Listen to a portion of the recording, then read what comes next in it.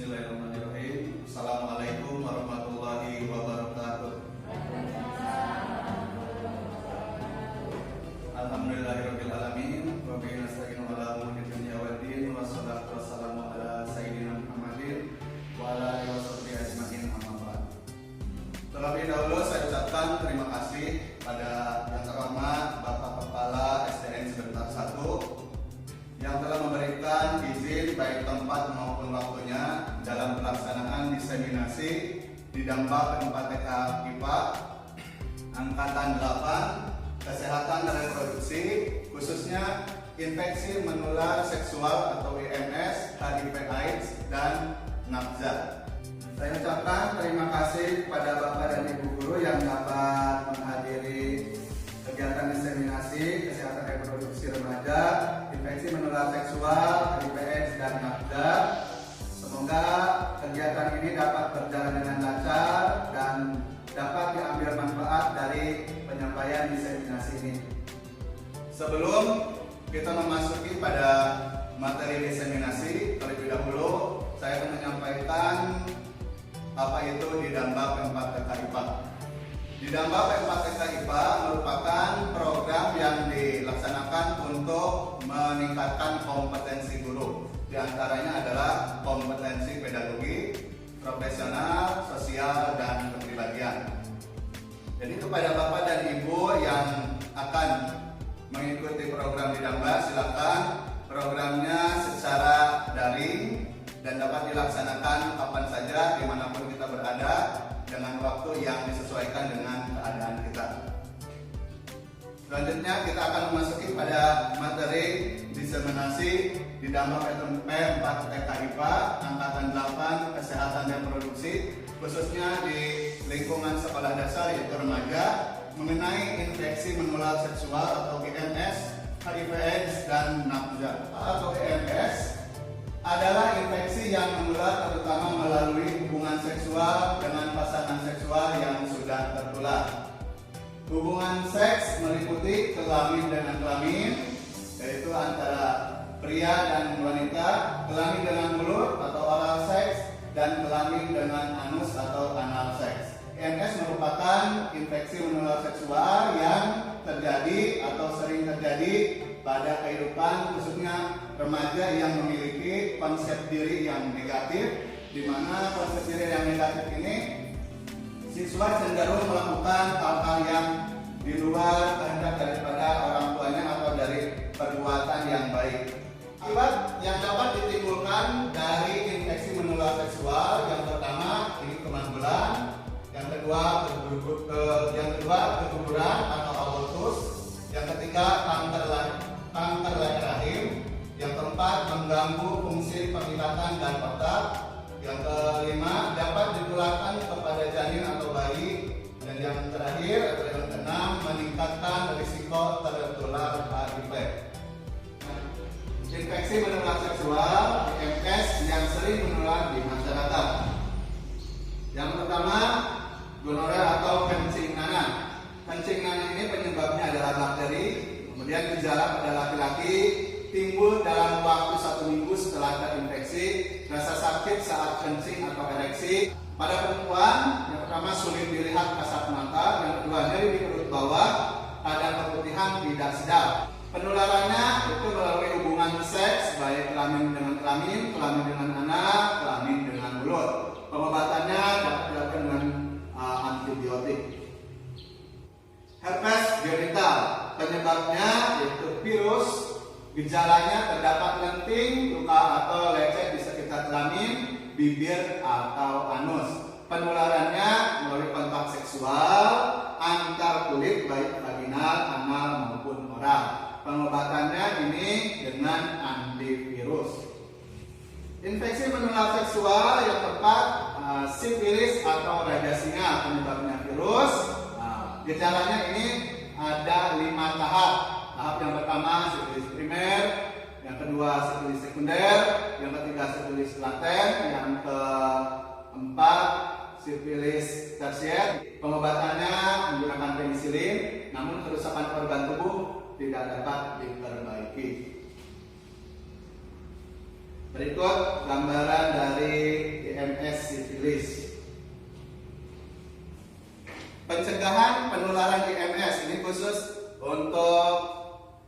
menyerang daripada remaja ini kebanyakan yang menyerangnya pada para remaja, yang mana remaja ini kurang begitu peduli dengan kesehatan, dapat dicegah dengan cara tidak melakukan hubungan seks sama sekali, adalah cara yang paling aman untuk mencegah terjangkit IMS dan sangat disarankan ini bagi remaja. Remaja ini memiliki rasa penasaran yang sangat tinggi sehingga mereka itu kadang tidak bisa mengontrol apa yang mereka lakukan, sehingga kita sebagai bapak dan ibu guru kita harus bisa memberikan pendidikan atau pengetahuan yang lebih kepada remaja mengenai penularan infeksi menular seksual, sehingga bisa membentuk remaja yang sesuai dengan harapan yang kita harapkan.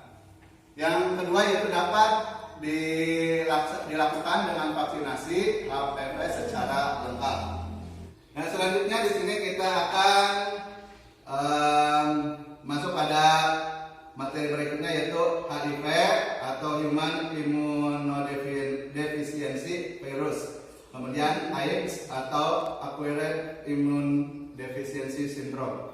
Pengertian daripada HIV atau Human Immunodeficiency Virus yaitu yang menyerang sel darah putih di dalam tubuh atau limfosit yang mengakibatkan turunnya kekebalan tubuh manusia. Sedangkan AIDS sendiri adalah sekumpulan gejala penyakit yang timbul karena turunnya kekebalan tubuh. AIDS disebabkan oleh infeksi HIV. Stadium AIDS membutuhkan pengobatan antiretroviral atau ARV untuk menekan jumlah virus HIV di dalam tubuh sehingga bisa pulih kembali. Cara penularan HIV yang pertama melalui hubungan seks tanpa menggunakan kondom atau pengaman pelindung, sehingga memungkinkan cairan mani atau cairan vagina yang mengandung virus HIV masuk ke dalam tubuh pasangannya. Kemudian keterkaitan infeksi HIV dan infeksi menular seksual atau IMS, yaitu infeksi yang ditularkan melalui hubungan seksual baik melalui vagina, anus atau mulut. Orang yang mengidap IMS memiliki risiko yang lebih besar untuk terinfeksi HIV. Perlukaan pada kelamin karena adanya IMS dapat mempermudah seseorang tertular HIV saat berhubungan seks tanpa pengaman. Nah, jadi di sini apabila pada remaja ini memiliki atau sering melakukan IMS ataupun melakukan perilaku beresiko, maka mereka itu akan mudah terserang daripada HIV sendiri.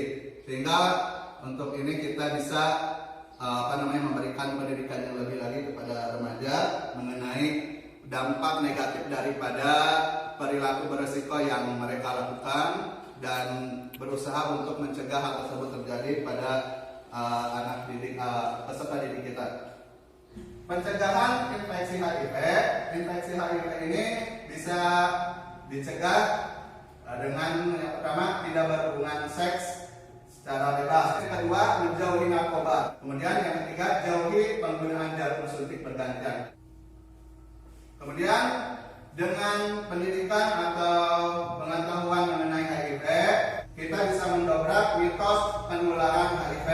Pertama, yaitu mandi atau berenang di kolam renang umum. Kemudian batuk atau bersin juga tidak menularkan HIV. Melalui gigitan nyamuk atau serangga itu tidak akan menularkan HIV. Kemudian berbagi alat makan bersama, misalkan di rumah, apalagi sudah dicuci, itu tidak menularkan HIV. Kemudian berjabat tangan dan juga berciuman itu tidak menularkan HIV. Kemudian kepada para penyandang ODA, seringkali masyarakat itu melakukan stigmatisasi di sini, yaitu memberikan label atau cap negatif kepada ODA, yaitu dengan predikat yang tidak baik. Kemudian diskriminatif, yaitu merupakan sikap yang sering kita lakukan apabila kita mengetahui seseorang terkena HIV, itu dengan cara perbedaan perlakuan antara penyandang ODA dengan orang yang negatif ODA. Kemudian Pengetahuan yang komprehensif terhadap HIV/AIDS ini sangat perlu. Nah, yang pertama, masyarakat dapat melaksanakan sendiri perilaku hidup yang tidak berisiko. Walaupun AIDS belum ada obat yang menyembuhkan secara tuntas, tetapi AIDS dapat dicegah dan dihindari.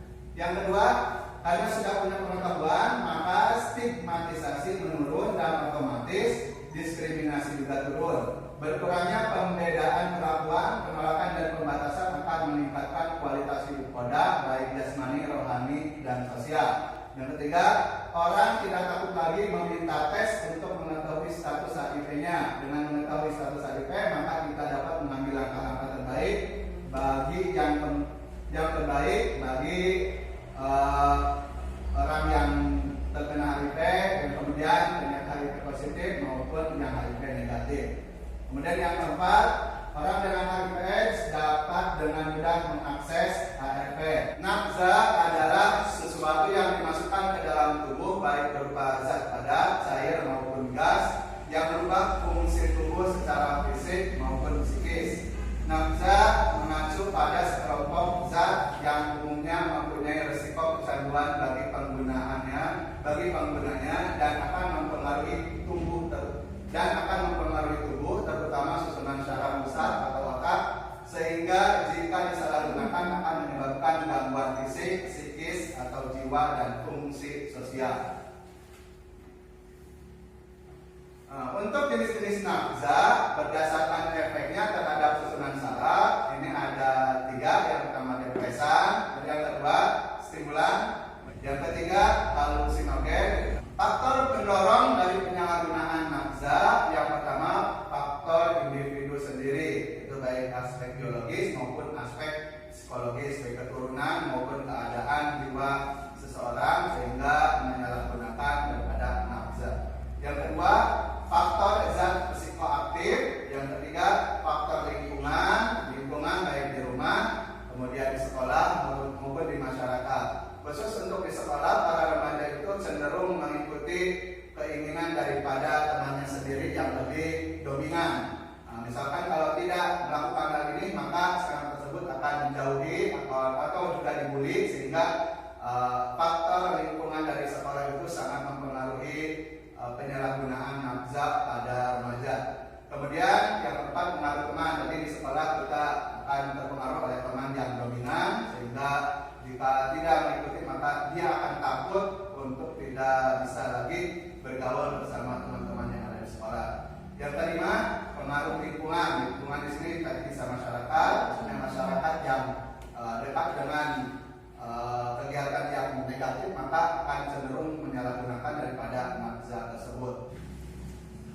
Menggunakan nafza secara tidak langsung akan terkait dengan kesehatan reproduksi. Nah, untuk tahap-tahap penggunaan zat adiktif dan psikotropika, yang pertama mereka itu akan coba-coba, kemudian karena sudah dilakukan dalam aktivitas sehari-hari, mereka kadang-kadang menggunakannya, kemudian akan lebih meningkat lagi pada ketagihan dan akhirnya mereka ketergantungan dengan penggunaan nafza. Dampak penyalahgunaan nafza, yang meliputi dampak fisik dan psikis. Dampak secara fisik yaitu secara langsung oleh bahan yang dipakai maupun secara tidak langsung. Kemudian dampak psikisnya, berbagai gangguan kejiwaan seperti psikotik, gangguan jiwa berat, depresi, tindak kekerasan dan pengerusakan, percobaan bunuh diri dapat dijumpai pada penyalahgunaan zat. Hubungan nafza dengan peningkatan risiko PMS dan HIV/AIDS. Nafza dapat membuat seseorang tidak berpikir panjang dan mengikuti perasaan sesaat tanpa pertimbangan yang matang. Seseorang yang berada di bawah pengaruh obat tertentu lebih cenderung melakukan perilaku berisiko, seperti melakukan seks tanpa pelindung atau kondom dengan orang yang terinfeksi dan berbagi obat atau alat suntik dengan orang yang memiliki HIV. Nah, di sini ada narkotika. Asalnya ini dari Indonesia juga ada. Narkotika khususnya dalam bentuk ganja. Ganja ini berasal dari Aceh, Indonesia. Pemakaiannya dihirup, khusus kokain, dirokok, itu ganja yang ada di Aceh, dan disuntikan itu heroin atau putal. Kemudian bentuk ganja ini bentuknya itu berbentuk daun, bisa berbentuk daun dan biji ganja. Nah, efeknya ini mudah marah, menjadi pemalas, suka mengajak berkelahi dan membuat keributan. Penyebab kecelakaan lalu lintas karena mengantuk, kurangnya rasa malu, rasa curiga dan ketakutan berpotensi membunuh, mempengaruhi kerja otak, menurunkan kemampuan membaca, berbicara, berhitung dan lain-lain. Kemudian di sini ada heroin, bentuknya itu serbuk putih pahit, kemudian digunakannya itu akan menimbulkan gejala sakau, bisa memaksa pengguna berlaku kasar dan bertindak kriminal. Pemakaian jarum tidak steril berpotensi menularkan HIV/AIDS. Pada pengguna pria, jika tidak memiliki uang, biasanya menjadi pengedar, gelap, dan bandar. Pada pengguna wanita, jika tidak memiliki uang, maka mereka akan menjual harga dirinya demi heroin yang mereka inginkan. Sekian materi diseminasi kesehatan reproduksi, infeksi menular seksual, HIV/AIDS, dan nafza.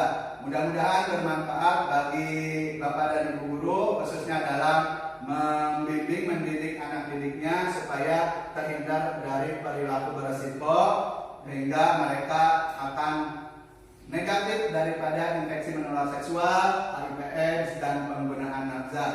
Mohon maaf jika banyak sekali kekurangan dalam penyampaian materi diseminasi ini. Saya ucapkan terima kasih. Saya Jalil Jamaluddin. Wassalamualaikum warahmatullahi wabarakatuh.